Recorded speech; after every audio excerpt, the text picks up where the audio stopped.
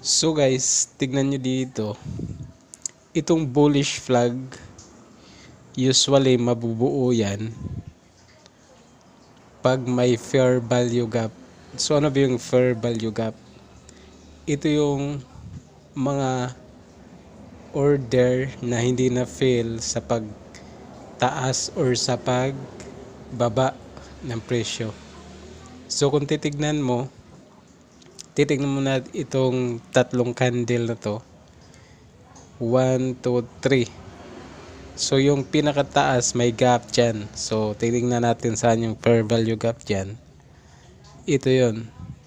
Kung nakikita nyo itong candle na to, yung wick niya hanggang dito lang.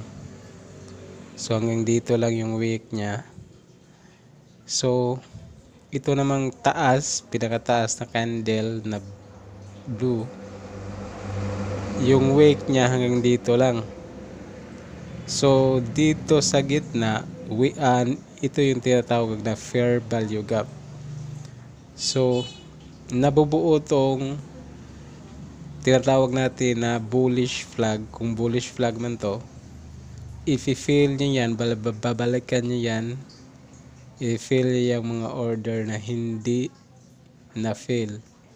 So dito kung approximately ito yon sa gitna, kung titignan mo yung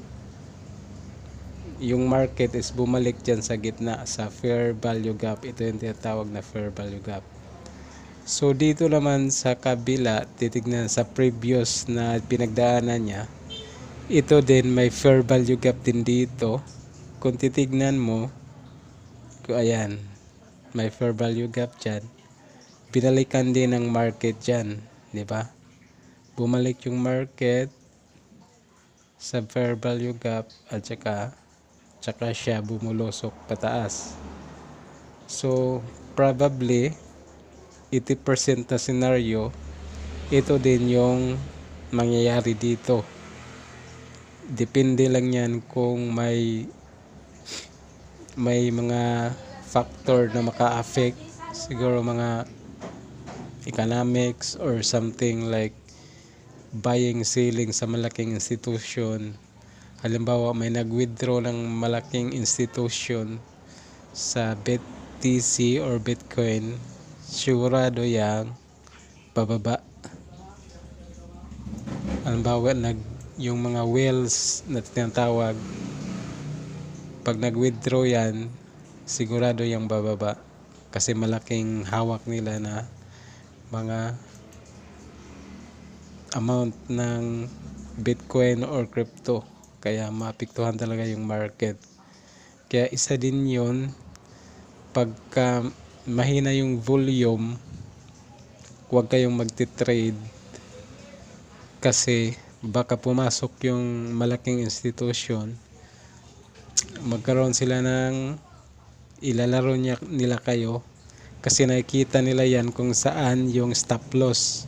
Halimbawa dito ka naka-stop loss, dito nag-buy ka dito, tapos dito ka naka-stop loss, iwi-week nila yan, babalikan nila yan, tapos babalik ka agad. So mataas na week para i-hit lang yung stop loss mo dito, so talo ka na doon. So yan po.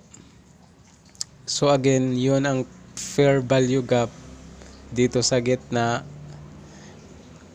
Maghanap ka ng tatlong candle na ang sa gitna may gap, hindi na fail. So ito number 1 candle, dyan lang niya yung wick niya, dito lang. Tapos yung pangatlong candle, dito lang yung wick niya or candle na fail niya. So sa gitna gap yan, at possible, probable na babalikan niya ng candle katulad nito. So yan, yun ang fair value gap.